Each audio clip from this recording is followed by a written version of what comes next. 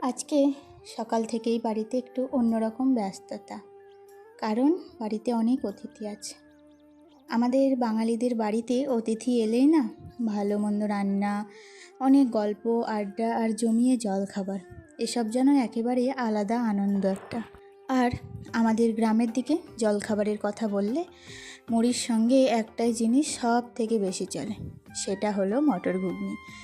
তাই সকালে ঘুম থেকে উঠেই প্রথমে সেই কাজটাই শুরু করলাম। আসলে কাল রাতে মটর ভিজিয়ে রাখতে একেবারেই মনে ছিল না, তাই সকালেই মটরটা জলে ভিজিয়ে রেখেছিলাম। প্রায় 1 ঘন্টা পর দেখি সুন্দরভাবে ভিজে গেছে।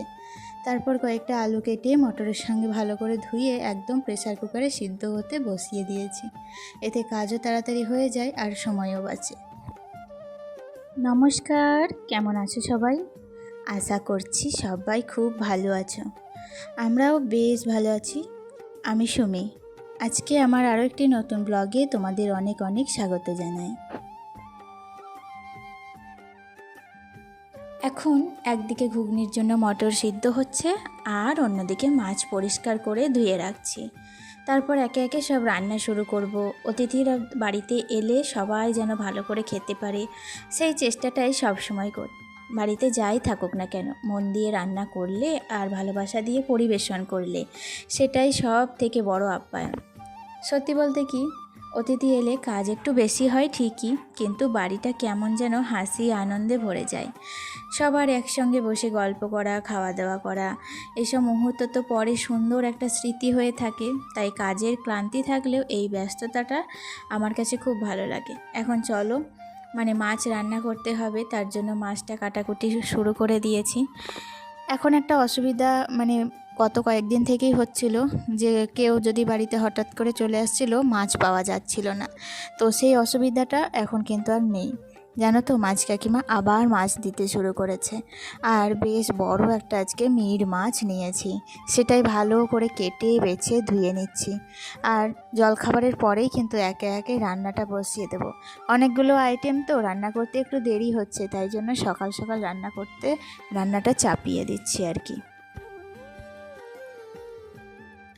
জানো, আজকে ছোট ননদকে দেখে একটা কথাই বারবার মনে হচ্ছিল। ও আজ প্রায় 7 মাস পর বাবার বাড়ি এসেছে। ভাবতেই অবাক লাগে, নিজের জন্মের বাড়িতে আসতেও এতটা সময় অপেক্ষা করতে হয়। অবশ্য আমি এটা বলছি না যে সবার শ্বশুরবাড়ি একরকম। অনেক শ্বশুরবাড়ি আছে যেখানে মেয়েদের নিজের মেয়ের মতোই ভালোবাসা আর সম্মান দেওয়া হয়, কিন্তু এখনও এমন অনেক পরিবার আছে যেখানে বিয়ের পর একটা মেয়ের নিজের ইচ্ছা মতো বাবার বাড়ি যাওয়া খুব সহজ হয় না। আমার ছোট ননদের ক্ষেত্রেও সেটাই হয়েছে। 7 মাস পর আজকে একটু সময় করে বাবার বাড়ি এসেছে। আজকে সারাদিন সবাই মিলে গল্প করব, খাওয়া দাওয়া করব, কিন্তু মনটা খারাপ হয়ে যায় এটাই ভেবে যে আবার কবে আসতে পারবে তারও কোনো ঠিক নেই। একটা মেয়ে বিয়ের পর নতুন সংসারের দায়িত্ব অবশ্যই নেয়, কিন্তু তার মানে এই নয় যে সে নিজের বাবা মা, নিজের বাড়ির প্রতি টান ভুলে যাবে। বাবার বাড়ি তো প্রত্যেকটা মেয়ের কাছে সবসময় একটা আলাদা অনুভূতি, আলাদা শান্তির জায়গা। আমার মনে হয় যদি একটা মেয়ে মাঝে মাঝে নিজের বাবা মায়ের কাছে 2 দিন কাটানোর সুযোগ পায়, তাহলে সে আরও ভালো মন দিয়ে নিজের সংসারও সামলাতে পারে। কারণ ভালোবাসা আর স্বাধীনতা দুটোই একটা সম্পর্ককে সুন্দর করে। তোমাদের কি মনে হয়, বিয়ের পর একটা মেয়ের কি নিজের ইচ্ছা মতো মাঝে মাঝে বাবার বাড়ি যাওয়া সুযোগ থাকা উচিত? তোমাদের মতামত অবশ্যই কমেন্টে জানিও। দেখো তো, তোমাদের সাথে কথা বলতে বলতে আমার কিন্তু রান্নাবান্না প্রায় কমপ্লিট, প্রায় না একদম কমপ্লিট হয়ে গেছে। আর এখন একটু ছাদে এসেছিলাম। ছাদে জানো তো ভীষণ রোদ, কিন্তু কি করব, রোদের মধ্যেও কাজ করতেই হচ্ছে। আসলে আমার ঘরেরই বেড কভার দুটো না প্রচুর নোংরা হয়েছিল, তাই ভাবলাম এগুলোকে একটু কাচবো। আর আমি ভিজিয়ে রেখেছিলাম অনেকক্ষণ আগে, সময় পাইনি জানো রান্নাবান্না করে। তারপর ভাবলাম যে ছাদেই একবারে কেচে ছাদেই মেলে দেবো, এতে সুবিধা হবে। যেহেতু পুটি চলছে না, পুটির ধুলোগুলোতে পায়ে পায়ে সব বিছানায় ময় হচ্ছে। বাড়িতে বাচ্চা ছেলে থাকলে যেটা হয় বুঝতেই পারছো। তো সেই কারণে আজকে কিন্তু এগুলো কাচাকুচি করলাম। আর একদিকে কি বলতো, দেখলাম ভালো রোদ উঠেছে, তাই জন্য কাচাকুচি বেলার দিকেও যদি করে দিই না, তাহলে শুকিয়ে যাবে সবটা। এই ভেবেই কাজটা করে নিলাম।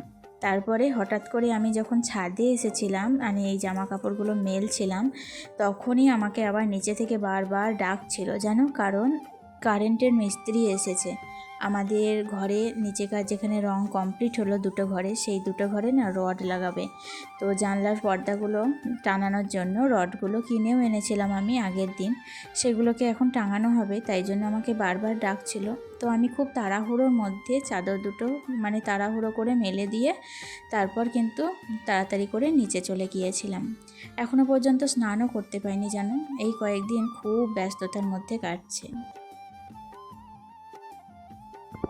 আর তারপর একবারে কি বলতো, স্নান টান করে খাওয়া দাওয়া করে ভীষণ ঘুম আসছিল, আমার শরীর এত ক্লান্ত লাগছিল, ভাবছিলাম যে আজকে বোধহয় আর ভিডিও করতে পারবো না। আমার মধ্যে একটুও কিন্তু শক্তি ছিলই না, কিন্তু কি করব, আমি দেখলাম হাতে মাত্র আমার কাছে বেশি সময় নেই, অল্প একটু সময়। আর আমার শাশুড়ি মা ননদ সবাই মিলে গিয়েছে শাশুড়ি মাকে একটু ডাক্তার দেখাতে, ওনার শরীরটা একদমই ভালো নেই। থাকতে থাকতে হঠাৎ করেই মাথাটা ঘুরে যাচ্ছে, মাথা ঘুরে পড়ে যাচ্ছে। আর সব থেকে আমার শাশুড়ি মার একটাই দোষ খারাপ, সেটা হচ্ছে যে কিচ্ছু খেতে চায় না, এটাই হচ্ছে ওনার সব থেকে বড় দোষ। হয়তো এই কারণেই শরীরটা প্রচণ্ড দুর্বল হয়ে গিয়েছে, তাই জন্য কিন্তু কোনো কিছু মানে একদম শরীরে জোর নেই। তো সেই কারণে আমি দেখলাম আমাদের বাড়িতে এত কাজের পরিস্থিতি যে কাউরিরই নিয়ে যাওয়ার তেমন একটা সময় হয় না। যেহেতু ছোট ননদ এসেছে, তো ওকেই বললাম যে দিদি মাকে একটু ডাক্তারটা দেখিয়ে নিয়ে এসো গা, তাই জন্য বিকেলবেলায় ওদেরকে পাঠিয়ে দিয়েছি। আর তারপরে আমি দেখো সমস্ত নিচে কাজ সামলে এখন একটু ওপরে এসেছি। দেখলো মানে জানলার এই যে রডগুলো সমস্তটাই তো ওবেলায় লাগানো হয়েছিল, প্রচণ্ড মানে বেড কভারের মধ্যে ধুলো বালি সবটাই পড়েছিল, যেহেতু ড্রিল মেশিন দিয়ে সবটা কাজ করেছে। তারপরে বিছানার বেড কভারগুলো একটু ভালো করে ঝেড়ে ঝুড়ে দিলাম, আর এদিকে পর্দাগুলো টাঙিয়ে দিলাম। আসলে আমার কাছে যেটুকু পর্দার কালেকশন ছিল পুরনো, সেগুলোই এখন টানালাম, পরে নতুন পর্দা আবার কেনারও চেষ্টা করব। তো আমি বাবার বাড়ি না গেলে তো কোনো কিছুই কেনাকাটা করা তেমন একটা সম্ভব না, এখান থেকে শ্বশুরবাড়ি থেকে তো বাইরে তেমন একটা বেরোতে পারি না, আর ওখানে গেলে নিজের মতো করে সবটা ঘুরে ঘুরে বাজারটা করা হয় আর কি। তাই জন্য ওখানে যাব, গিয়ে বেশ কয়েকটা পর্দা আরও কিছু কেনাকাটা করার আছে, সেগুলো সব কিনে কেটে এনে তারপর কিন্তু ঘরটাকে নিজের মতন করে ডেকোরেশন করব। এদিকে কি বলতো, বাইরে পুটির কাজ করছে বলে এখনও না পুটি ঘষাটা চলছে বারান্দার কাজ, তাই জন্য প্রচুর ধুলোবালি, সেই ধুলোবালি এসে ঘরের মধ্যেও কিন্তু জড়ো হচ্ছে, আর ঘরের সমস্ত ফার্নিচারগুলোও কিন্তু ধুলো বসে যাচ্ছে। তাই জন্য দেখলাম ওপরে যখন এসেইছি, আর এমনিতে শরীরটাও খুব খারাপ লাগছিল, এত ঘুম পাচ্ছিল, মনে হচ্ছিল যেন আমার প্রায় 2 থেকে 3 ঘন্টা ঘুমের প্রয়োজন। কিন্তু এই সময় আমার কিন্তু এখন ঘুমোলে চলবে না, হাতে অনেক কাজ আছে। এই ঘরটাকে একটু ডিপ ক্লিনিং করে নেব, তারপর নিচে যাব, নিচে গিয়ে আবার রান্নাবান্নার কাজ আছে, রাত্রে রান্না হবে, তো সেই দিকটাও দেখতে হবে, ছেলে আছে ওদেরকে আমার পড়াতে বসতে হবে, কালকে স্কুল আছে। তো সব মিলিয়ে হাতে অনেক কাজ জানো তো। তো তার মধ্যে আমি হয়তো কোনো দিন ভাবছি যে ভিডিও দিতেই পারবো না, কিন্তু কি বলো তো, আমার মানে তোমাদের প্রতি এতটাই টান হয়ে গেছে, এতটাই ভালোবাসা জমে গেছে যে একদিনও না ভিডিও মিস করতে ইচ্ছা করে না। তাই জন্য মানে সংসারের হাজারটা কাজ সামলিয়েও কিন্তু আমি ভিডিওটা কন্টিনিউ করার চেষ্টা করি। যাই হোক, এদিকে বইয়ের তাকগুলোতেও প্রচুর ধুলো পড়েছিল জানো, তাই জন্য সবটা একবার ভালো করে মুছে নিচ্ছি এই আর কি। আর এত ধুলো কি বলবো, আমার মানে সব কিছু মোছামুছি করার পর জামা কাপড়ে প্রত্যেকটাতে ধুলো হয়ে ময় হয়ে গিয়েছিল। তো আমি রীতিমতো ধুলোর জন্য আমার কিন্তু অ্যালার্জি আছে, ডাস্টিং জানো, তাই জন্য আবার হাঁচিও শুরু হয়ে গিয়েছিল। তো জামা কাপড়টা আবার ছেড়ে কেচে দিয়েছিলাম, আর অন্য একটা জামা কাপড়ও পরে নিয়েছিলাম। তো আমি বারবার করে এই গরমে যে কতবার গা ধুচ্ছি যে কি বলবো তোমাদের যেন। তো আমি জানি যে গা ধোয়া উচিত না এই গরমে, বারবার করে সর্দি লেগে যাবে, ঠান্ডা লেগে যাবে, আর এমনিতেও মাথার চুল সম্পূর্ণ ভিজে অবস্থায় গুটিয়ে রাখা আছে। একটু বেলার দিকে যেহেতু চান করেছি, মানে কারেন্টের কাজ দেখতে গিয়ে চান করতে অনেকটাই বেলা হয়ে গিয়েছিল, তাই জন্য মাথার চুলটা কিন্তু শুকায়নি, আর গরমে চুলটা খুলেও রাখতে পারছি না, চুলটা খুলে রাখতে পারলে প্রচণ্ড মানে গরম লাগছে, তাই জন্য তুলে রেখেছি, কি করব, ভেজা চুল বেঁধে রেখেছি।